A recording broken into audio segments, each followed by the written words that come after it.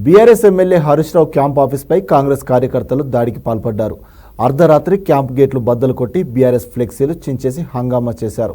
హరీష్ రావు రాజీనామా చేయాలంటూ నినాదాలు చేశారు. సిద్దిపేట జిల్లా కేంద్రంలో అర్ధరాత్రి కాంగ్రెస్ కార్యకర్తలు హల్చల్ చేశారు. BRS MLA Harish Rao camp ఆఫీస్పై దాడికి పాల్పడ్డారు. క్యాంప్ గేట్లు బద్దలు కొట్టి ఫ్లెక్సీలు చించేసి హంగామా చేశారు. ఆఫీస్ పైకెక్కి హడావిడి చేసిన కాంగ్రెస్ కార్యకర్తలు జై కాంగ్రెస్, జై జై కాంగ్రెస్ అంటూ నినాదాలు చేశారు. కాంగ్రెస్ మాట తప్పకుండా రుణమాఫీ చేసినందుకు హరీష్ రావు రాజీనామా చేయాలని డిమాండ్ చేశారు. ఈ క్రమంలోనే కాంగ్రెస్ కార్యకర్తలను అడ్డుకోవడానికి బీఆర్ఎస్ కార్యకర్తలు రావడంతో ఇరు వర్గాల మధ్య వాగ్వాదం జరిగింది. దీంతో ఆఫీస్ దగ్గర అర్ధరాత్రి హైటెన్షన్ వాతావరణం నెలకొంది.